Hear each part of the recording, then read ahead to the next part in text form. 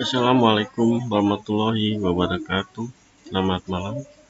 Hari ini kita masuk pertemuan ketiga, membahas tentang penjadwalan proses. Sebelum kita lanjut lebih jauh, kita bahas dulu penjadwalan di sini. Di sini ada penjadwalan. Penjadwalan itu artinya dijadwalkan atau sekumpulan kebijaksanaan dan mekanisme di sistem operasi yang berkaitan dengan urutan kerja yang dilakukan oleh sistem komputer. Nah, di sini ada atur runtime, ya. Kemudian ada sistem proses, ya, efisiensi dan segala macam yang kita bahas di materi ini. Ya. Nah, di sini ada deskripsi tentang penjadwalan proses. Jadi penjadwalan merupakan kumpulan kebijaksanaan dan mekanisme, artinya bagaimana cara sistem, ya, diproses, ya, atau sebuah aktivitas di dalam sistem komputer yang berkaitan dengan urutan kerja yang dilakukan oleh komputer. Nah, untuk penjadwalannya tadi, ya, bertugas untuk memutuskan kapan proses harus dijalan. Proses ini eksekusi, ya, eksekusi sedang dijalan di dalam prosesor, dan kapan dan berapa lama proses itu berjalan.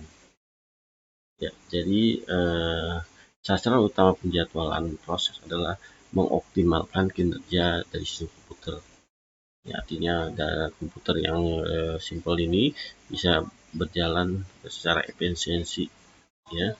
Oke, jadi bagian dari sistem operasi nanti berfungsi mengatur proses mana yang running pada setiap saat atau disebut nanti schedule atau penjadwalan.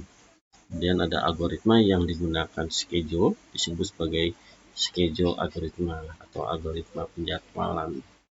Ya, jadi tadi saya ulang lagi, jadi penjadwalan bertugas memutuskan proses mana yang harus berjalan, kapan dan berapa lama proses itu berjalan. Jadi sasaran utama penjadwalan proses adalah optimalisasi kinerja, ya. Oke. Nah, di sini ada beberapa kriterianya. Yang satu harus adil, efisiensi dan tanggap waktu. Adil sih artinya proses boleh dilakukan oleh jadi tidak ada pilih kasih, ya, artinya semua bisa dieksekusi oleh prosesor dan mendapat jatah layanan proses yang sama, ya, artinya semua kebagian mendapat layanan untuk diproses. Kemudian ada efisiensi atau efisi, jadi proses dihitung dengan perbandingan hasil dengan total operasi komputer, ya. Oke. Ya, jadi di sini ada proses diperlakukan sama tadi, ya. Oke, berikutnya tadi efisiensi artinya penggunaan prosesor seoptimal mungkin, ya.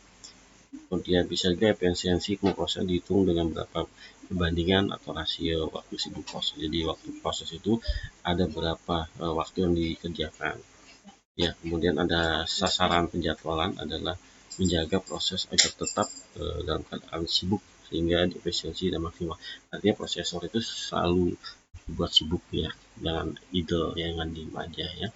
Oke, berikutnya ada waktu tanggap atau response time, yaitu waktu tanggap adalah waktu yang digunakan untuk pemakai secara interaktif. Ya, jadi interaktif pasti di sini adalah waktu yang dihabiskan pada satu karakter terakhir dari pertama kali muncul dimasukkan program sampai hasilnya keluar di perangkat keluaran, ya, seperti di monitor atau suara atau di speaker, ya. Ya, itu waktu dieksekusi sampai selesai dikerjakan. Berikutnya sistem waktu nyata nanti didefinisikan sebagai waktu dari saat muncul dari suatu kejadian instruksi pertama, ya, terhadap kejadian di eksekusi sedang dijalankan, ya. Ya, jadi sasaran penjadwalan adalah meminimalkan waktu tanggap. Ya, tadi ada waktu tanggap, ya. Nanti ada namanya tuh runtime, ya. Ada waktu dihabiskan dari saat program atau job mulai masuk ke sistem sampai proses nanti selesai dijalankan, ya. Nanti rumusnya ada nanti kita lihat rumusnya, ya. Oke. Berikutnya tuh runtime tadi kita bahas. Jadi rumusnya adalah tadi waktu eksekusi ditambah waktu menunggu, ya, jadi waktu yang dihabiskan proses atau job itu eksekusi yang akan dijalankan, ya. Oke, berikutnya throughput adalah jumlah kerja yang dapat diselesaikan, ya, dieksekusi atau diselesaikan dalam waktu serta unit waktu. Jadi berdasarkan waktu. Jadi waktu yang diselesaikan selama 1,5 unit waktu. Cara ini mengekspresikan bahwa waterpod adalah jumlah proses memakai yang dapat dieksekusi dalam 1 unit atau dalam waktu tertentu. Misalnya dalam waktu 2 menit berapa proses dijalankan. Oke, berikutnya ada tipe penjadwalan ya. Penjadwalan algoritma tadi ya, bagaimana sih proses itu biar semuanya diproses, jadi harus ada jadwalnya, artinya harus ada algoritma penjadwalannya. Jadi ada jadwal jangka pendek ya, ada jadwal jangka menengah, kemudian ada jadwal jangka panjang. Jadi kita ulang lagi, jadi ada 3 tipe penjadwalan yang dapat berbeda secara bersama-sama dalam sistem operasi yang kompleks, yaitu penjadwalan jangka pendek atau short schedule, menengah, kemudian jangka panjang ya. Oke, di sini ada jangka panjang, bisa kamu lihat. Jadi kalau jangka panjang, penjadwalan bekerja terhadap antrian batch ya, dan memilih batch berikutnya yang harus dieksekusi. Artinya dia harus ngantri ya. Jadi sasaran utama penjadwalan jangka panjang adalah memberi keseimbangan job-job agar tetap sibuk ya. Oke, jadi kamu lihat sini batch. Yang berikutnya apa? Jangka pendek. Di jangka pendek itu bisa kamu lihat, jadi dialokasikan prosesnya di antara proses-proses yang ready. Yang pertama itu di RAM ya.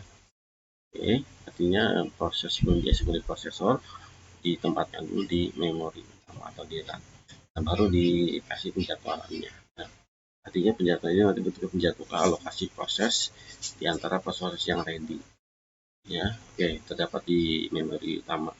Nah, nanti penjadwalannya nanti dijadwalkan setiap waktu pengalian berdasarkan jadwal yang telah dijalankan ya. Oke, berikutnya ada proses ready, running, waiting. Nah, kita bahas apa sih ready, running, waiting, ready ya. Berikutnya ada 3 istilah ya, yaitu digunakan pada proses penjadwalan ya. Ada antrian, artinya proses yang menunggu ya, artinya menunggu prosesor ya, atau akan diproses, dia terus mengantri ya. Oke, berikutnya ada prioritas. Prioritas itu dia yang harus duluan dieksekusi. Nah, ada lagi preempsi. Jadi dia walaupun dia di belakang, dia bisa mengintervensi proses yang depan, atau bisa juga menghentikan proses yang dieksekusi. Ini preempsi ya, menyelak ya. Ya, berikutnya perhitungan lama kerja di prosesor. Ada proses lama atau T. Jadi waktu proses diperlukan menggunakan prosesor. Jadi berapa lama proses digunakan oleh prosesor untuk menjalankan satu proses. Itu adalah waktu tanggap, waktu yang diperlukan untuk proses sejak mulai sampai selesai oleh prosesor. Jadi ada 2 macam lama tanggap, yaitu ada runtime, ada response time, yaitu menentukan waktu yang digunakan mengubah proses hingga selesai. Response time tidak menentukan berapa lamanya, tapi dia prosesnya selesai atau tidak ya. Oke, berikutnya nih rumusnya bisa kamu lihat ya. Jumlah I tambah N ya. Oke, untuk macam algoritma nanti ada first come first serve, jadi pertama datang pertama dilayani. Ada yang terpendek ya, terpendek dijalankan ya, short job first ya. Kemudian ada juga prioritas preempsi ya, nanti di pertemuan berikutnya ya. Oke, gitu aja pertemuan kita malam ini ya. Lebihnya nanti kita masuk ke pertemuan di berikutnya ya. Oke, selamat malam. Assalamualaikum warahmatullahi wabarakatuh.